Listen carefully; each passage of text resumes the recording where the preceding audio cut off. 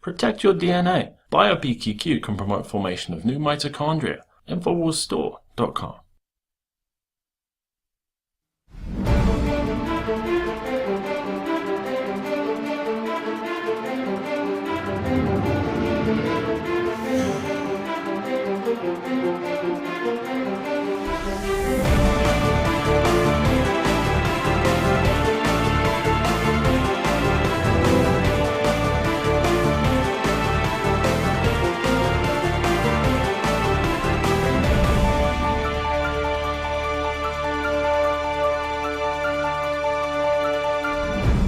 Welcome, ladies and gentlemen, to the Infowars Nightly News. I'm your host, Aaron Dykes. Today is Monday, September 17th, 2012. Tonight, a former U.S. ambassador to Israel predicts the U.S. will go to war with Iran in 2013 as a new round of violent protests break out across the Middle East, sparking fears of an October surprise. Then, Al-Qaeda-aligned Syrian rebels bite the hand that feeds. Shocking video shows the same forces our government has given millions to for our regime change agenda are burning the American flag. That's coming up next on the Infowars Nightly News.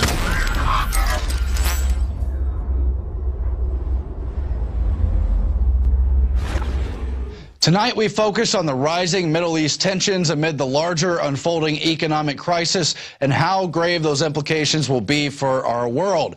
You've got the death of Ambassador Stevens. You've got this phony trailer meant clearly to incite the Muslim world, all amid growing anti-U.S. protests in that Middle East region against the foreign policy there, all clearly staged and timed for this period. But will it create a larger World War III scenario? Will it be the continuation of softer Arab Spring-style regime changes, or is it all just rhetoric for this election cycle? That remains to be seen, but Webster Tarpley, among many other experts, are warning of a coming October surprise, and it's in the cards. Kurt Nemo has the article Neocons Engineering October Surprise, where he discusses how researchers are now claiming the highly provocative anti-Muslim video trailer was the handiwork of the Islamophobic provocateurs Pamela Geller and Robert Spencer, as well as the larger resurgent neocon network responsible for the new round of violent protests. And so Tarpley is essentially arguing that not only is the system provoking a synthetic clash of civilizations, but that the establishment has now chosen Romney to take power, and that all indicators are pointing that way, saying they want to Carterize Obama, that is, take him out of office and put in someone else, a la the 1979 Iranian hostage situation. That remains to be seen, but of course all of Tarpley's comments are preserved in context on our archives. You can get them from yesterday's Sunday show, as well as today's appearance on the Alex Jones show at Prison Planet TV, but it's part of the larger Hegelian dialectic, and the October surprise is a well-understood option. The question is only how big will it be? Will it cost real human lives and provoke a real war, or will it just be a smaller staged phony thing to create enough public outcry for the election? The other big question is, will it favor the left or the right puppet, because they're poised to play it either way, and there's some reason to think Obama will be reelected and solidified in power, other reasons to think Romney is on the rise. This on the back of ex-envoy to Israel saying U.S. will go to war with Iran in 2013. It's in Ynet News, where they discuss how former U.S. ambassador to Israel, Martin Indyk, on CBS's Face the Nation said, quote, "I'm afraid that 2013 is going to be a year in which we're going to have a military confrontation with Iran." He added, "Iran doesn't have a nuclear weapon yet. While there's still time, there's not a lot of time." And this is playing into that phony deadline for a phony preemptive war that somehow it's justified if they get a nuke, even though almost every other player in the region is already armed to the teeth with nuclear weapons. Israel obviously has an arsenal, that's known.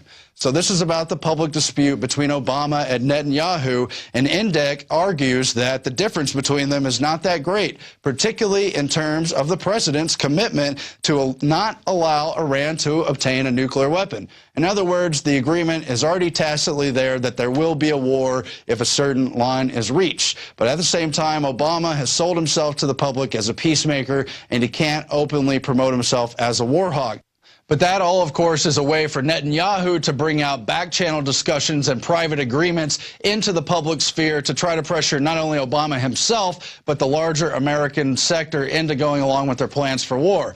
At the same time, Indek argues against this red line ultimatum that he says no president could go along with, and that essentially saying you've got to come up with a red line, a line in the sand for Iran is a no-go, because after all, I thought no respectable authority would go along with terroristic threats or hostage demands, so why should we give in to an ultimatum declaring that we must have an ultimatum against Iran?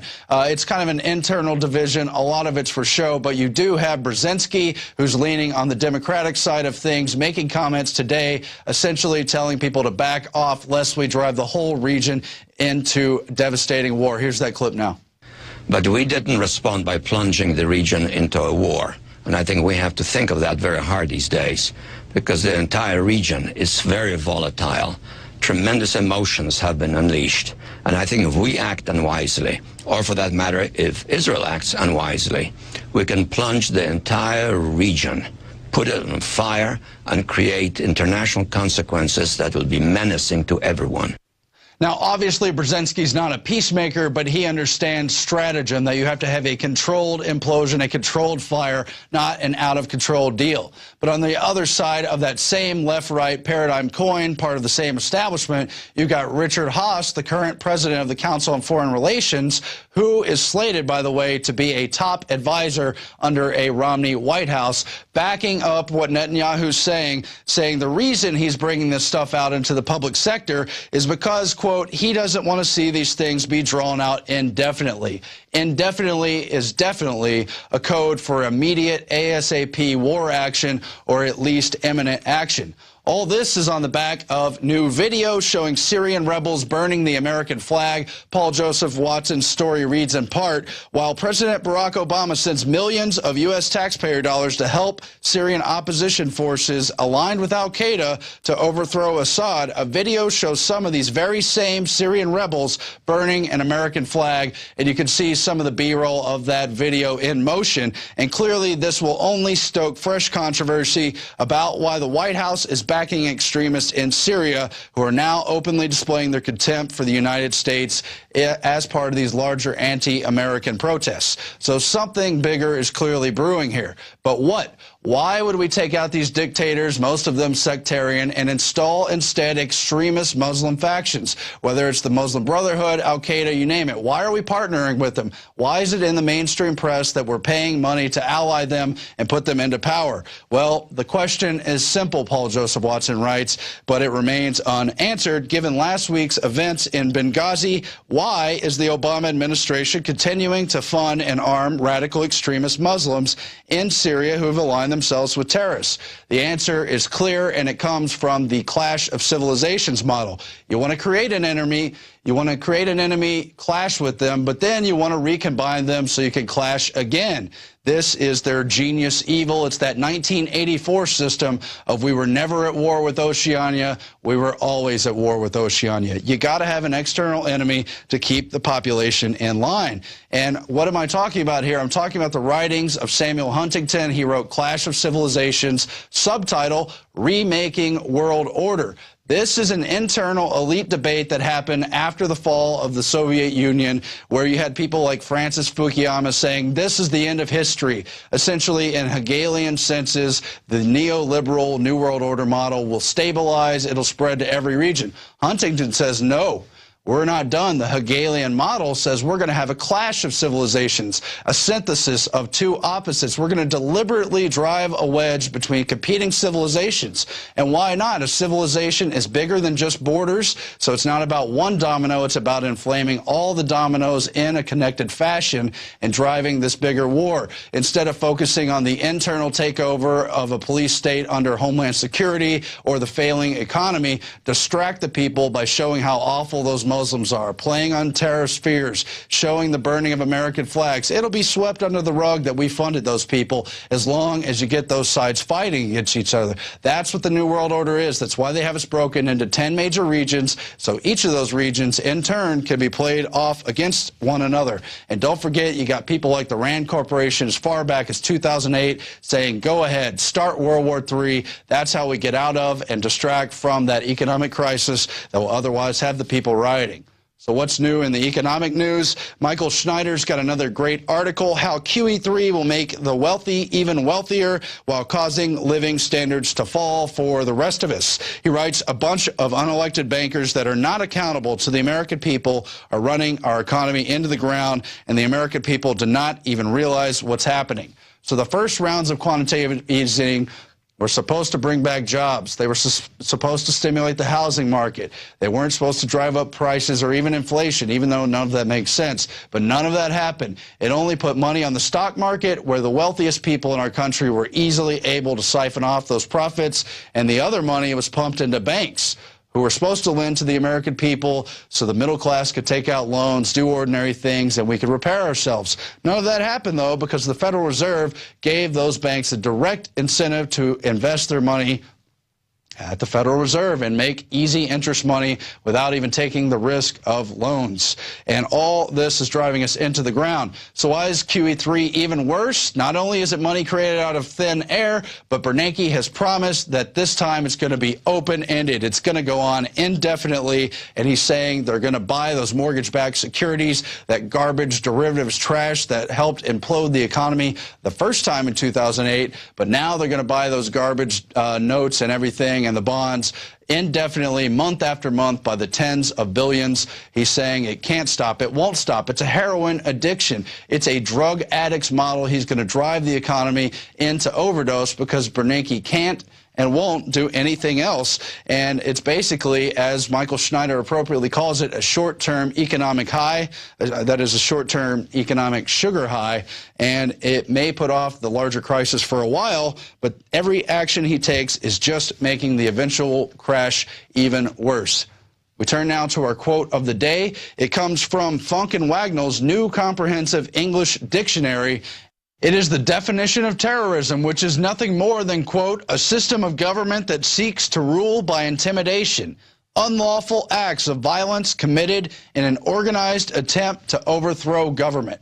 And if you think that just has to do with some shadowy enemy, think again, because governments have used it for control throughout history as foreign policy, what we're doing today, as well as to subvert the legitimate government on the domestic side. We're going to be back with more on the other side, but please don't forget about prisonplanet.tv. That's how you help fund us and help get out the word. It's also where you can find an entire library of almost endless information. And do not forget about planetinfowars.com, where you can create your own networks, get the information out that you think is important, meet other people, and drive this issue into the mainstream so we can try to turn things around. We'll be back in just a moment.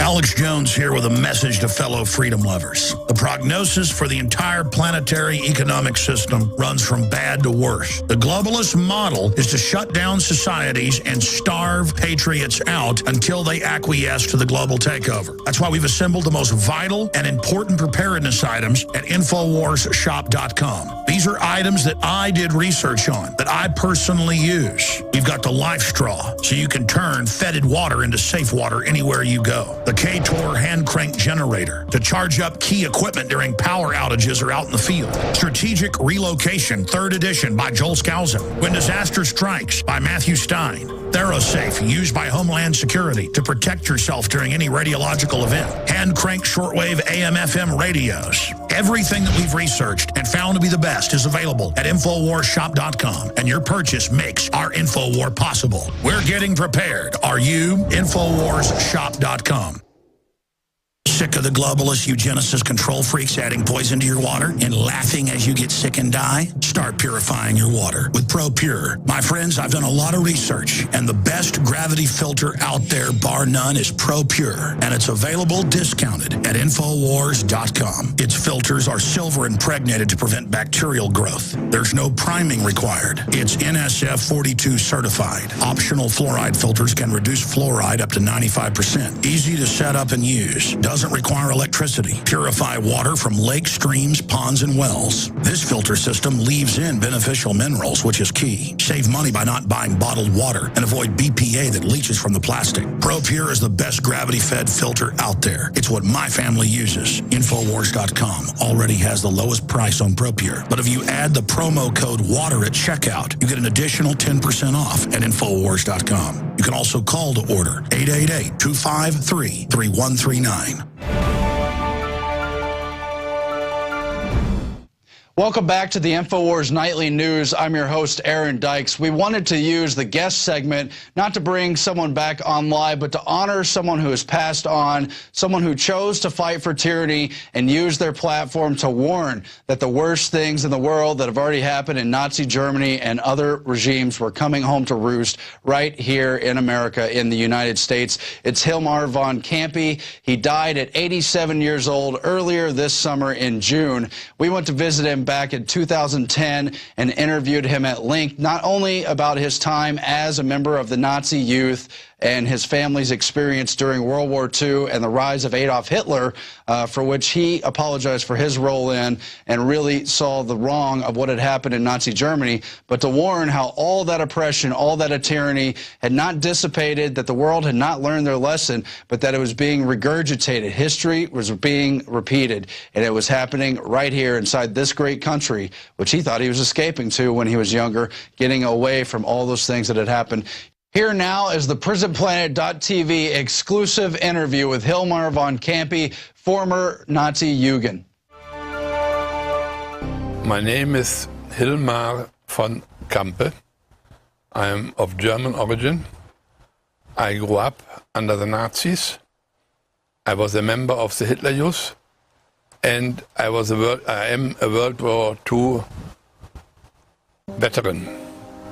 I thought I was defending my country, and it was a terrible awakening after the war when I came home that I had not defended my fatherland, but I had done the dirty job which Hitler and the Nazis had selected for us.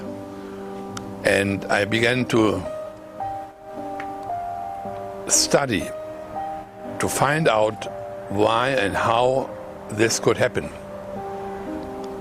And what I found was that the Nazi state was built on lies. And the Nazi ideology and the Nazi philosophy were built on lies. And that Germany went down the drain was because of godlessness. Godlessness means that I do act contrary, or a nation acts contrary against God's commandments, which are for everybody everywhere, whether you believe in God or not. And I have tried to formulate an answer so that what happened in Germany at that time did not happen here again. And it is very disturbing that, in my view, we are very close to the same end. And I shall, during this interview, try to make clear that it is not the actions which are different in every country, but the way to a totalitarian system, and the Nazi state was a totalitarian system, is also built on lies. And that the most important thing today is to define the role of God in human society. And I will explain all of this in this interview, I hope. I was 7 when the Nazis took over in January 30, 1933. for me that didn't mean anything. But my parents, my father was what is here called, he was the head of a county. He was not as here, where you are elected, you were posted by the government. He was a civil servant. And he was asked to join the Nazi party. He refused, and he was immediately fired. And was moved to, not fired from his job. They couldn't fire him entirely, and then he was sent to a corner on much less income than he had. And that was a typical way of Nazi behavior. If you don't do what they want, they liquidate you, or they make you impossible. So we only noticed that we would move from one city to the other. But saying from what I have learned then was that the Nazis' philosophy divided our family. There were the pro-Nazis and there was the no-Nazis against the Nazis, and my parents were under the no-Nazis. And the Nazis controlled all the media, which was only newspapers, radio, and film industry, and that was the way they indoctrinated the nation, and I was not aware of it. When I was in the Hitler Youth, I took it for granted that is the government, and there was no doubt in our mind as children. And for my parents, it was the most important worry all the time to have their children not being indoctrinated and taken over by the Nazi ideology. And our parents could not speak to us openly about what was happening in the country, because the Gestapo, that is the secret state police, wanted to get at the parents via the children, who might give their parents up, makes problems for them, since they are harmless and don't know what they are being asked. My father used to listen to a German-speaking radio station from Switzerland, Beromünster, late at night, so that we children might not see it. Otherwise, in the Hitler Youth, we didn't notice that we were being indoctrinated. Indoctrinated we were by the radios and by the news and by the school. We got the German history being explained in Nazi terms. And for the Nazis and for Hitler especially, his strategy was to make that the big thing where people would follow him. And he was very successful, that very many people thought he would bring glory to Germany, that they were all fooled and lied to. What Hitler said was, you need no more than 10,000 people to control a nation of 80 million people. And he didn't need to make us Nazis, because we were fighting his war, not defending our country. I thought I was defending Germany, and as I said earlier, it was a terrible awakening after the war, and I suppose I'll give you some more examples later on. Just as far as the war is concerned, my father said already in 1943 to my mother, and we got that from her, that you can't wish anymore that we win the war. So he knew exactly where that we were taken over by evil. But we children, I was very happy. I was always afraid that I would be late before and not be able to enter the army before we had won the war. So that was a childish, but that is what I thought. When we were on a train, I was a gunner in a tank, where we called that assault artillery. It was a tank without a tower. There came the news from the attempt to kill Hitler in 1944, and then they gave a long list in the radio of names of generals and of people who were involved in that attempt. And I thought to myself, there were very good German names, And I said to myself, what a pity that they did not succeed. So and that I remember distinctly, which means we didn't like the Nazis, but not so much on the ideology. It was on we didn't like the people. They were impertinent. They thought they knew everything. They tried to teach you everything.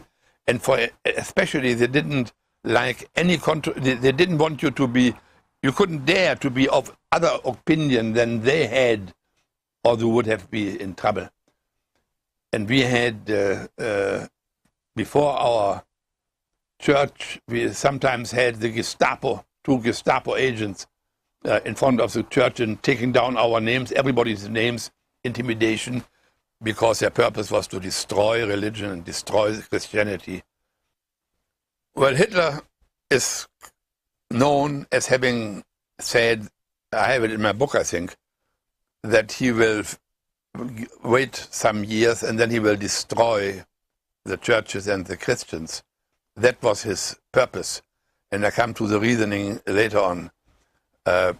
So he created a group which is called the German Christians, who produced Christian teaching, who produced Nazi philosophy in religious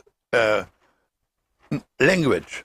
So people, dumb enough, followed that, thought that's very good. So he tried to get the Christians on the side of the Nazis. We were told in the Hitler Youth, but even more so in the schools, that they told us, you can pray and sing hymns as much as you like in your homes or in your churches, but in society it is us, the National Socialists, who are in charge, and we determine what is going to happen or what is not going to happen. They had realized, like the Soviet, that a higher authority above the government would be an obstacle to their power plans. So they wanted to get God out of society and the Nazis in. And if I look, if I look at the United States of America, that is exactly what the ACLU is propagating. They are even these people, these godless people, are even trying to eliminate a reference to God on the casket or of the graves of our soldiers. They did exactly, they have been greatly successful in taking God out of society, out of education, and creating, especially under young people, a complete lack of understanding of what the world is like and what has to be done about it. And I say that, first of all, that the Nazis are not fascists, they are socialists. And as socialists, they are on the same, they come from the same fruit as communism and socialism. And I would say today, the American Congress, House and Senators, and White House, they are closer to the Nazis than they are to our founding fathers. And I cannot understand how the American people can tolerate a thing like this.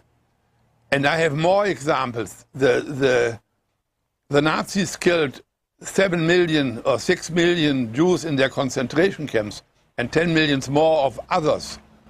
We kill in our so-called free society, and that is the same in all of Western civilization. We are killing here 50 million unborn human beings, and that we are being represented as a nation by a group of people who tolerate this immorality. I don't have any words for this, that is being tolerated. And I think there is a in the Declaration of Independence, in the second paragraph, it states that the government is formed to defend the life, happiness, and of their people according to the demands of the Constitution. And if they do not do that, if they try to liquidate the Constitution, they should be removed by the people, and other people should be put into government who are committed to the reality of our Constitution, and I am on their side. The world consists of people, and all people, whatever their race is, whatever their religion is, whatever their color is, they have the same human nature. And inside of every person, there is the voice of God, and there is the voice of Satan, of the devil.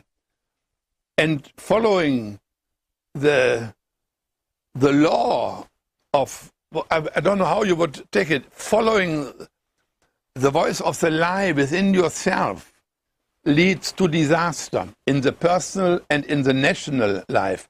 And our founding fathers were very much aware when they wrote the Constitution that they had to produce something which made it very difficult to take over from outside or from inside. And and I think there is a statistics about how many of what is in the Constitution comes from the Bible. And I have a whole package of literature about the founding fathers and their convictions that in order that people can be free, they have to have God in their lives and in their nation. And the Ten Commandments and the moral integritance which the founding fathers used for the Constitution makes it is only possible that it's being held and that people are free if they listen to the voice of God inside and follow his commandments. The Nazis threw God and his commandments out of any area of decision. Godless people determined what is to be done. And here it is now the same. Obama is being idolized in the schools. That is what Hitler did. Hitler went after the World War veterans. These people ran after the people who want money from the government. And that is not a basis for no nation. It is on the greatness of America. It's their commitment to truth and doing this that it became the richest nation on earth. And now they come on here and want to have a part of it for doing nothing. One has to remember, or one has to know, that everything what happens is about power. With other words, it is the power of God against the power of man. God wants us to be free. Man wants to control each other. And everything what we now experience here in this country, that has, it were other things or other themes, but the motivation is always the same. It is power for us. So all this discussion, and it is not, the issue is not capitalism versus communism or socialism. Socialism and communism are consequences of immorality of those who guide their philosophy then, and the people and the nations who they have under them. They want to control. So everything you hear now, especially with the health, what is called the health program, where they want to put the government in charge, they have nothing to do with the medicine or with better serving of healing people, as the doctors in the hospitals have to do. They want to control what is the heart of the lives of the people, so that they decide and make the people dependent on them. So I repeat, It is not a battle between communism and capitalism, even though the consequence of the philosophy of the founding fathers made us the richest nation on earth. The issue is not, I repeat it, capitalism versus socialism. It is God versus man. It is good versus evil. And it is God against godlessness. And since I have experienced godlessness in Germany and see the destruction of my family, the destruction of the nation, and then I see the same forces at work here, I shudder that people don't notice it.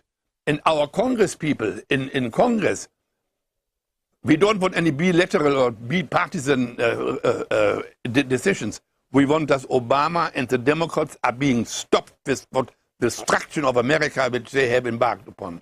We had a nation, and I said it earlier, which was just 20 years about, not even, 15 years after World War I, which we had lost. And the Treaty of Versailles was not a peace treaty, it was a treaty to enrich themselves for the others on German expense. And we had an inflation which is coming here, may come also, put this way, where you need $1 to change it into German marks. Would you have to pay $1 million, $2 million, $10 million marks for $1? And my mother, when she came, my father was paid, and my mother got there twice a day. My mother got there with a suitcase, and then the paper money was put into that suitcase, and then she ran into the city, not to buy what she wanted, but to see what she could get for those, with this money she had, and that day for day. And I don't understand until today how people could live by that, and I shudder if the thought that we will have the same here. That is the one side. And Hitler, very well aware of the mentality of the German people, we had also about, I think, 6 million unemployed. He went after the veterans. And you can say that the German nation marched we say in German, Gleichschritt. That means we have the same step into disaster. We knew that you can't be in opposition to the Nazi. That we knew. And the elder you were, the more you realized. I was 18 when I got into the army, and I was fully aware what I was doing. I didn't realize that I was already brainwashed, and I had and when I now get to Germany and tell the people what is happening here, they don't believe me. They just don't believe me that any nation can be so dumb and go after the same immorality as under the Nazis. I heard many speeches. I didn't hear, or I didn't see ever Hitler, but I heard the Nazis speaking. I heard in the school we had a teacher, when he spoke of God, he made jokes about God and where you put your hope into it, and then he laughed, and everybody laughed, found that comical, but we didn't know what he was laughing about. But you got those things where you realized that you could not say everything you wanted. And only afterwards you realize what effort the Nazis made to eliminate any opposite voice in the nation. It's like what they're doing here, trying to make a law at the back of the people where they want to finish you, for instance, because you speak and work for the truth, and they don't want that. And they want to keep their lie, keep the lie. And the lie is not different on what the Nazis told us, and you can see afterwards how true it was to say that they are liars. I repeat, we got always the Nazi philosophy in very many aspects where we don't recognize them. I have, in the Hitler Youth, in 2 small cities, I have never consciously experienced that I'm being brainwashed. But I was brainwashed, assuming that a totalitarian system and a leader like Hitler can bring us to freedom and peace. Never occurred to me. That was a state, that was a government, that was our army, and that is, we are Germans, so you be for Germans. Each person has to look for information which he believes could be honest. Because what the newspapers say, most of them, the so-called mainline newspapers, or the politicians, it's all built on lies. It's not so easy to find. Not so easy to find out how wrong they are. You have to judge them by their actions. The whole education system here is wrong. It's not in the Constitution that the federal government should run the education. It's a matter of the states of the Union. But the Nazis in school had Darwinism, the evolution theory, which is against God and his creation. It's the same here. So how on earth can the children know what is right and wrong? It is the parents who don't fight. It's not. Of course, it's the people who seduce these children, but the responsibility is with the parents, and the families are being destroyed by the same immorality of which the left is throwing out at all sides. How can the children know what is right and wrong? I don't know how many million divorced families there are, and people who grow up without father or without mother because they can't live with each other. That has to be cured. That is a way to make it impossible to be taken over. I hope I made that clear. That makes it, I fight that battle, and if the Christians stand up, they would change and really fight for what is right and not for what is wrong. I think we could change the situation fast. The Führer, that is Hitler, said so and so, and then everyone had here, hooray, and they did it. And the Nazi functionaries, they didn't think for themselves, and they were very small-minded. They thought they knew all the answers, and they told people what they should do.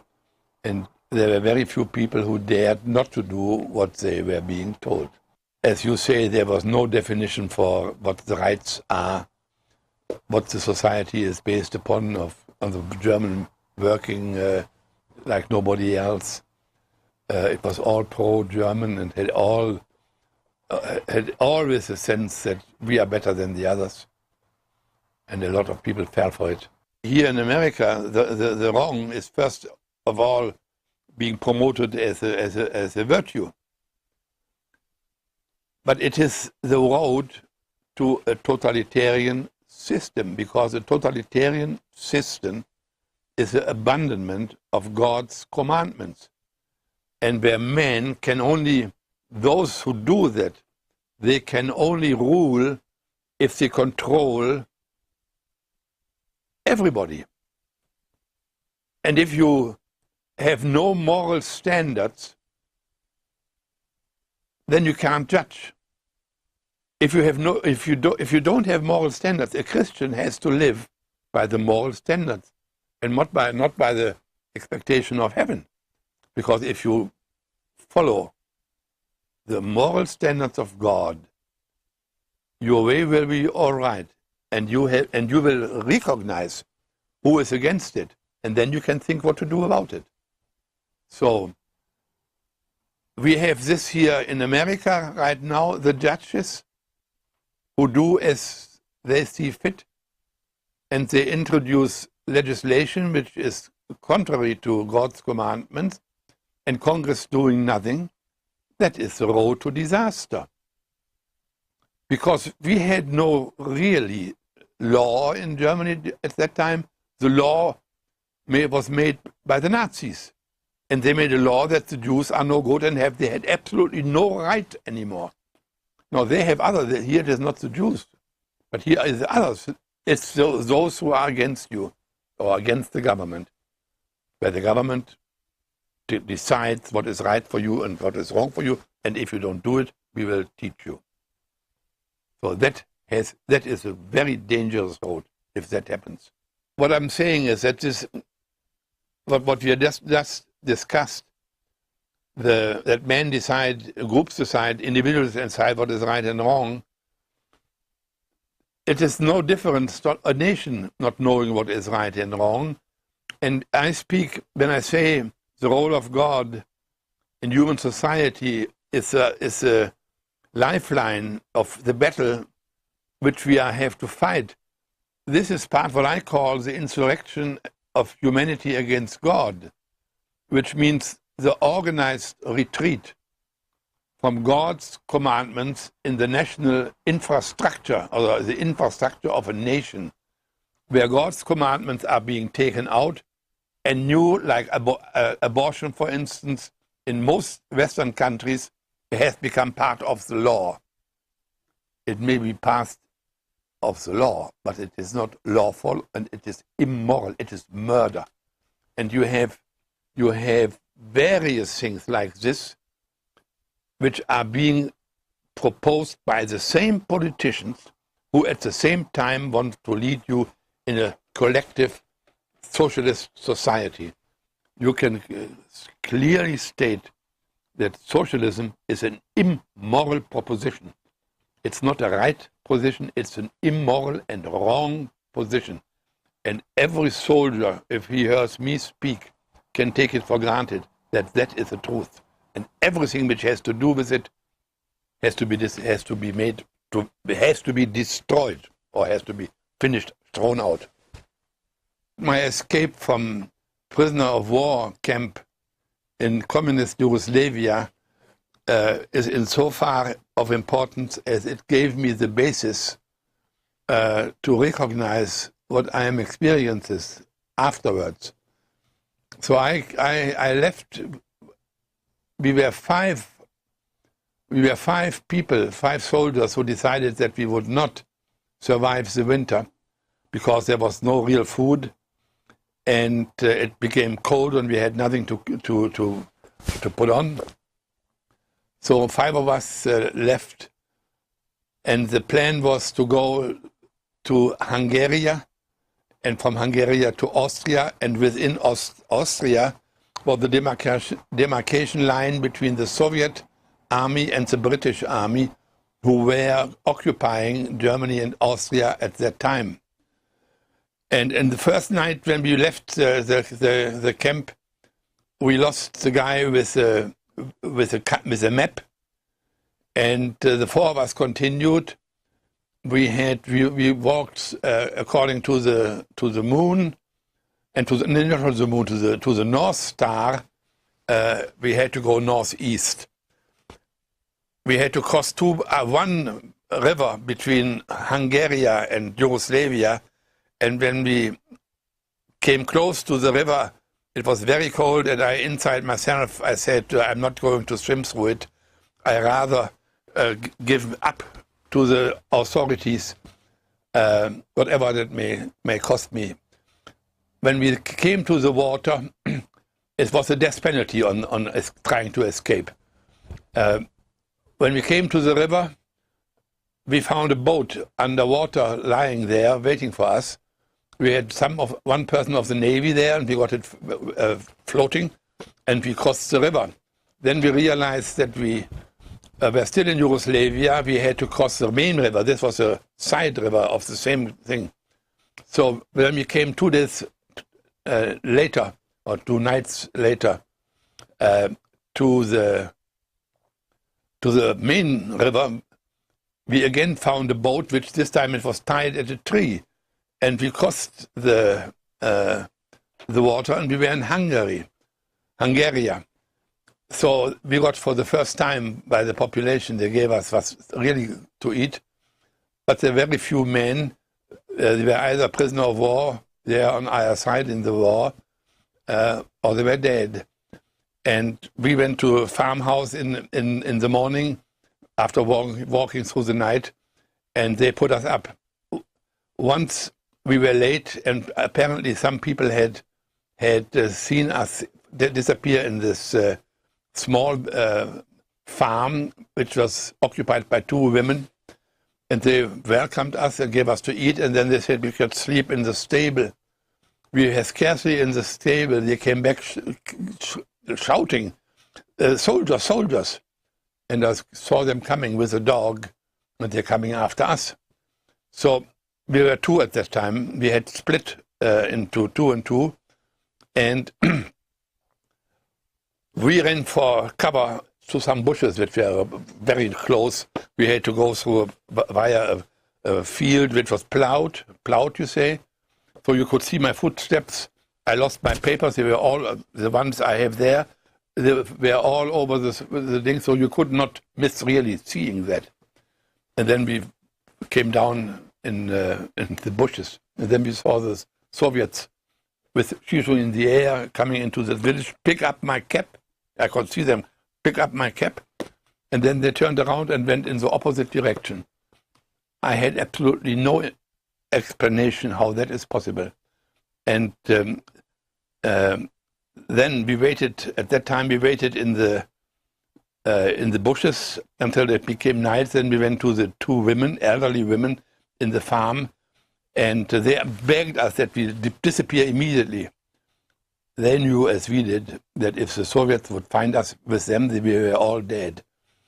I sat down instead in a chair and said I wanted to have something to eat first. And they gave me something to eat, and then we went away. And I was very proud about what a wonderful organizer I am. And when I had crossed, there are very many instances like this. These are the 3 main instances. And when I had crossed the last border, which was between the Soviet army and the British army, I realized that I was on the side of freedom, and I was not anymore under the Soviet menace. And then I thought of the whole thing, and I was wondering whether God had taken me out of the prison camp and out of Yugoslavia and brought me here. And I said, if that was God, then he must have a purpose for me. We were educated in the Christian way, but I had in the war never prayed. It never occurred to me that I might die. So this was something very new inside myself. And only 4 years later, when I faced myself, the reality of myself, and I realized that I am a hypocrite and a fake Christian, and I was full of sin, that I realized that I am no better than the Nazis, because what the Nazis were liars and I was liars. The Nazis lied for power, I lied for personal gain. And when I went to Washington one day, and I was received twice by the then executive director of the Holocaust Memorial Center in Washington, I apologized to him for what the German government and the German people had done to his people, and asked him to forgive me and my nation. And the man was very moved, and so was I. And we became friends. And I told him that when people look at the Holocaust, at the criminals, the guys who did it, they were the criminals, and they have to be made responsible. But I am no better, and they have to be punished. But I was not punishable, but I was, he said, the real enemy, or the real ones, I said to the executive director, who are responsible for this are those people, the bystanders, the ones who cannot kill a fly, but stand up for nothing. And I think that is very much a picture which I see from many people here in the States, especially in the Christian churches, who exactly, with whatever reason, do not engage themselves in the battle for the future of our children and grandchildren. And the experience of this encounter with the executive Dr. David Weinstein I shall carry until the end of my days in my memory. But the message I have for America and the warning I give, it is not possible to be liar and be a stepstone to freedom. Freedom is only possible with honest people, and I would say with Christian people who have made a commitment to God to love their neighbor as you love yourself, and do what is right. And I think that is where Hitler got us, that he gave the German people the aspect of honor and being great again. It was a national growing under him to begin with. But all those who thought he was doing it, he did the contrary. And the fruit of what he did was the destruction of the country. And everybody who tries to put a nation in the jacket of socialism and communism is part of a system which denies God and destroys the freedom and the spirit of humanity. And that is why I am in this battle, because I realized that when I realized who I am, one of the first thoughts I had, how I had treated the two women in Hungary, when I wanted food and they wanted to get rid of me. I didn't think a moment about their destiny. I was very ashamed, and I couldn't ask them for forgiveness. I asked God to forgive me. What I want to say is that without change in human nature, and human nature is the same all across the world, without change of human nature, which means a new orientation of your motives, nothing good is to come out of what you do or what your nation do. And your nation, and America is one of the few nations which does have a mission, which is freedom, not just for one's own nation, but freedom for the world. But freedom without truth is not possible. That's why we say the battle for freedom is a battle for truth. And you have to get rid of hatred. My mother hated the Nazis. She hated the British who threw us out in West Germany, out of our where we lived. And we hated our host where we lived, in this house we lived.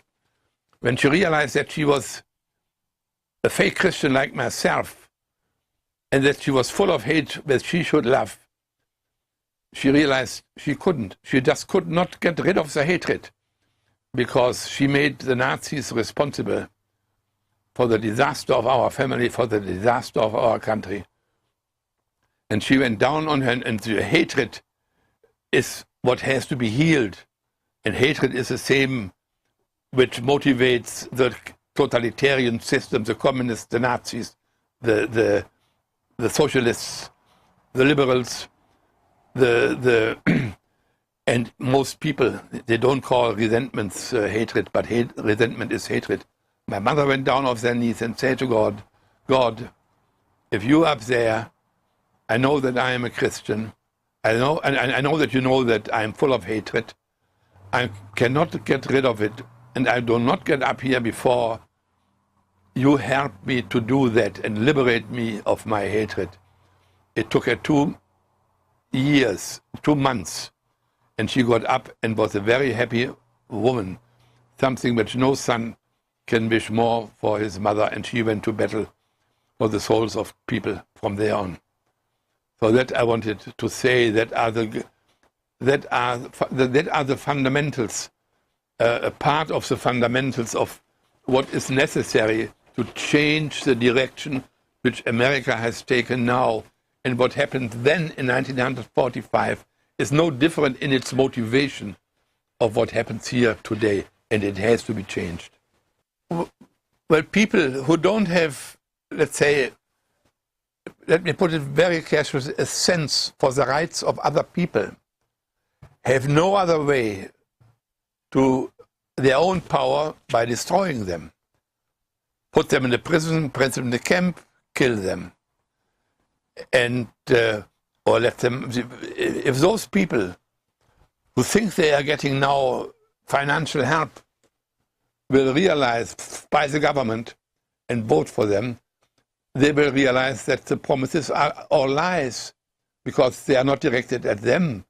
They are directed at the power of those who want to have the power and distribute other people's fortunes to those who don't have it, instead of helping them to stand on its own feet.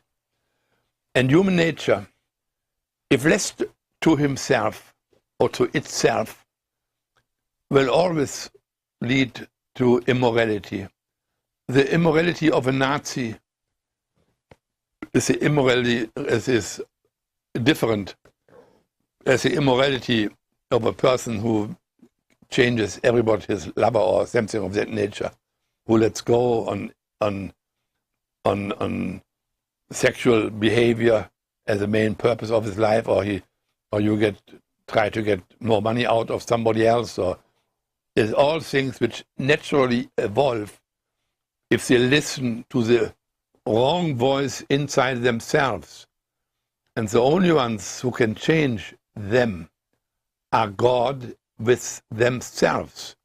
They themselves has to find their own ways by measuring their own life and absolute moral standards, absolute honesty, absolute purity, absolute unselfishness, and absolute love.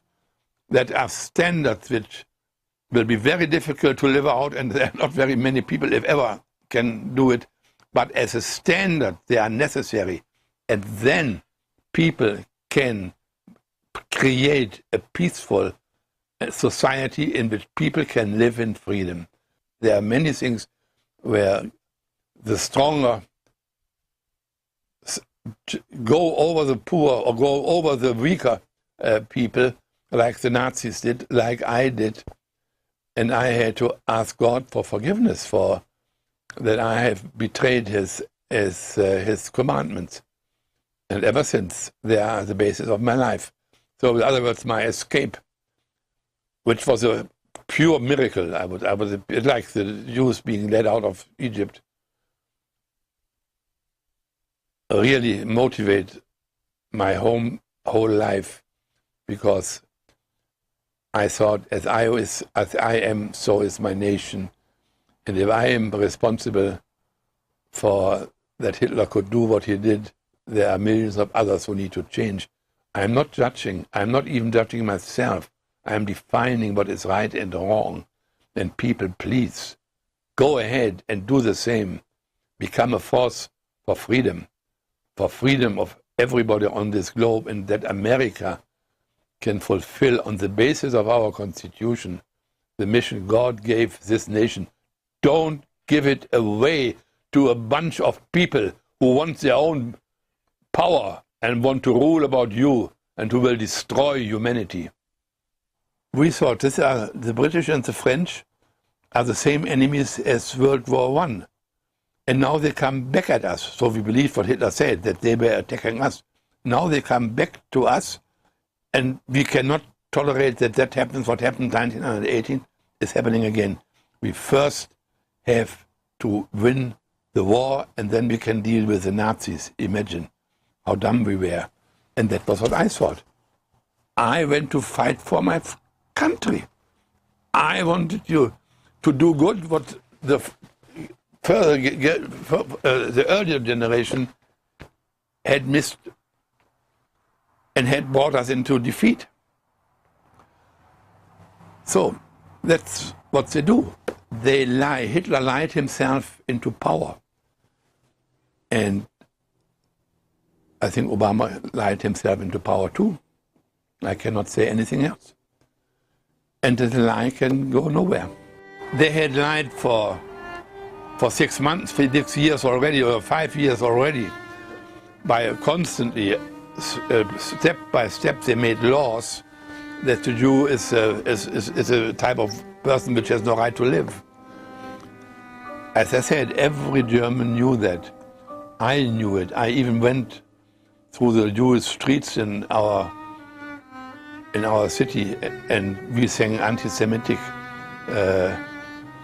songs my children, or we children, played with. I had forgotten that. My sister knows all of these things. We had played with our neighbors who was a Jewish teacher. And the lie that they were left aboard to, they came in October. My father was already not there anymore. He was in the new city where he had been sent to. I was awakened with somebody knocking at my windows, a friend of mine who now lives in Hamburg. And he said, come, come, this is very exciting. And that's where the synagogue burned. So I knew also that. So everybody knew how they were treated. All the city in our case, and all the nation in everybody's case. And the excuse that their excuse was they were no good and had to work, and they came in working camps. That is as illegal and immoral as killing a person, to treat a whole group of people that way. And they had all the German laws, the Nuremberg laws they are called, and so that was right in the Nazi sense, but not right in God's sense. So that's, and there was no more like this. Everybody knew it, but we did not know that they were being killed. What is called Holocaust, that we discovered, I discovered after the war. It took him about a year. First of all, he had eliminated every opposition, parties, groups, trade unions, everything. They were only Nazi-style organizations.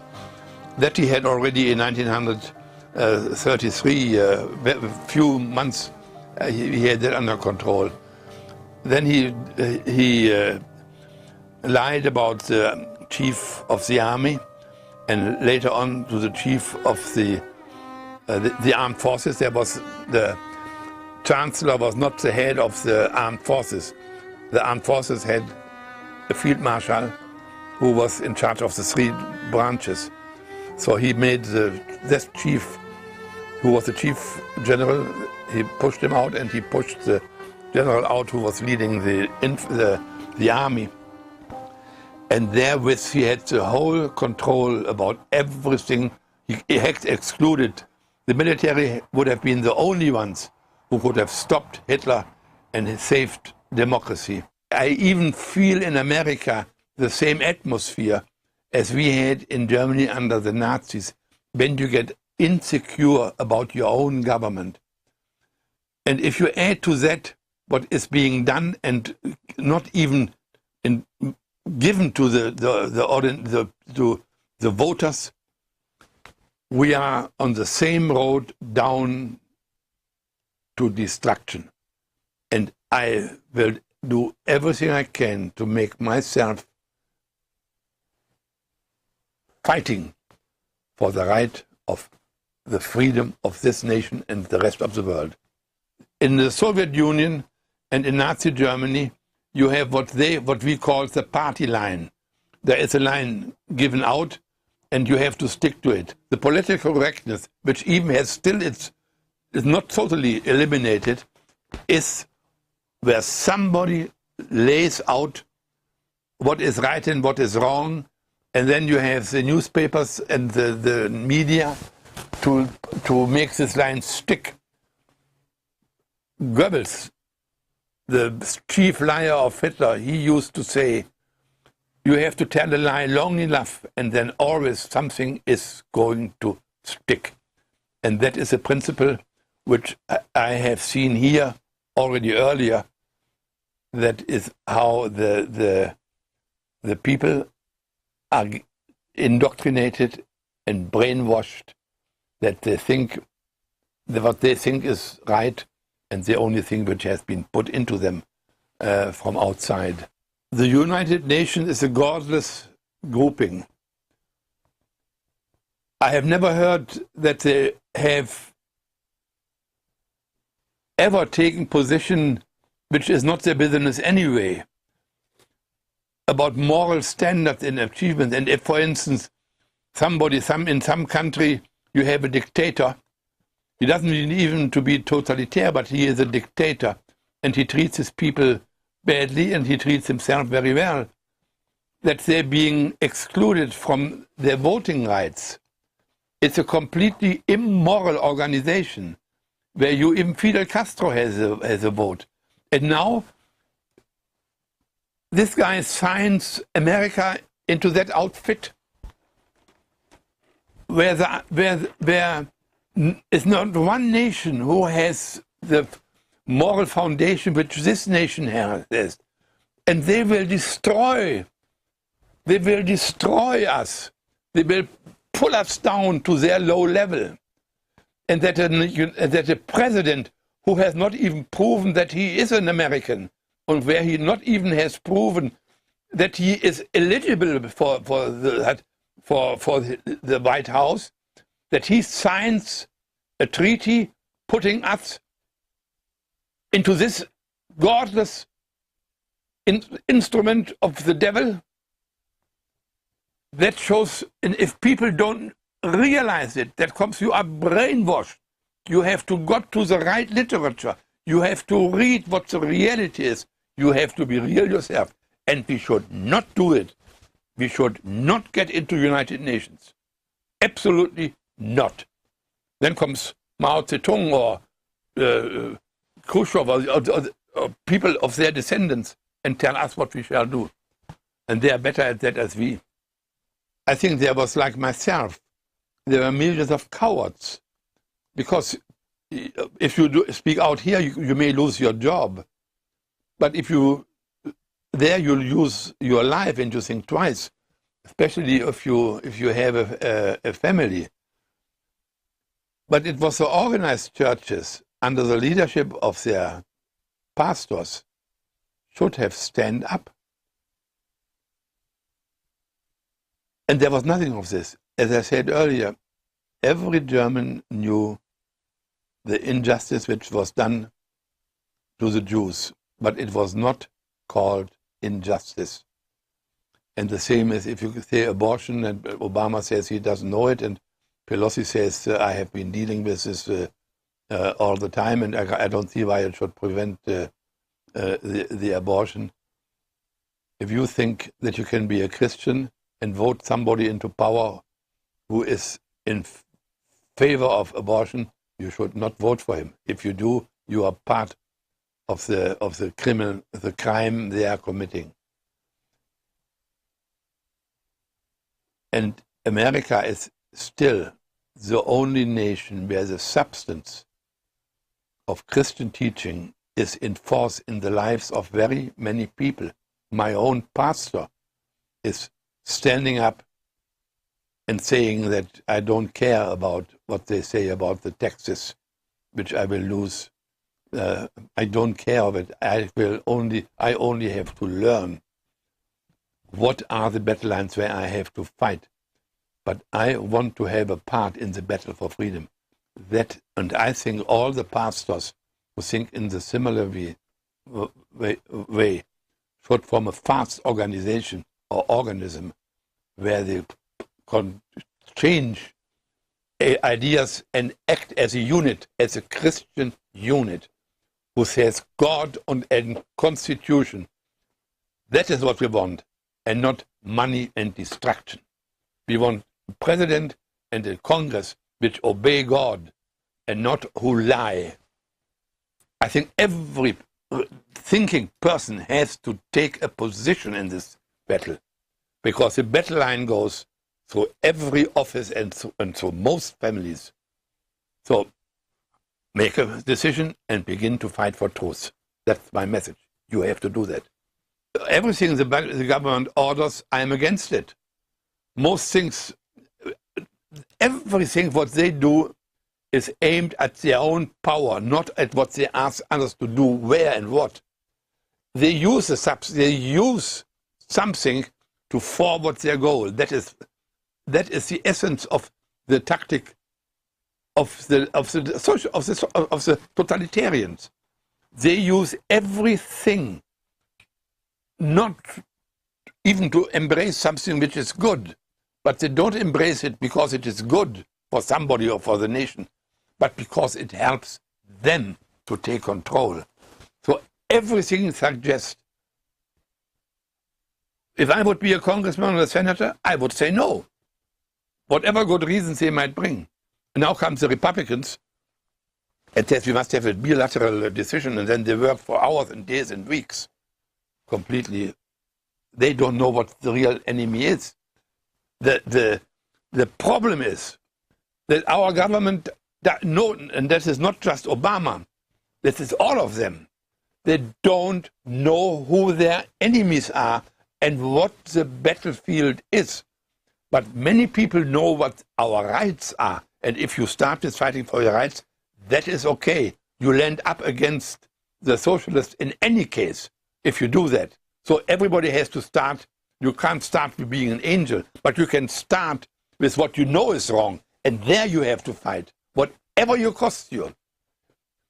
I don't have it here. There is a statistics about the founding fathers and what they have put there, as I have.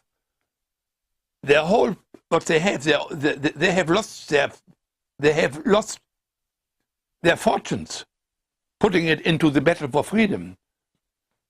I would say about half of the 56 signatures, they have put themselves into it.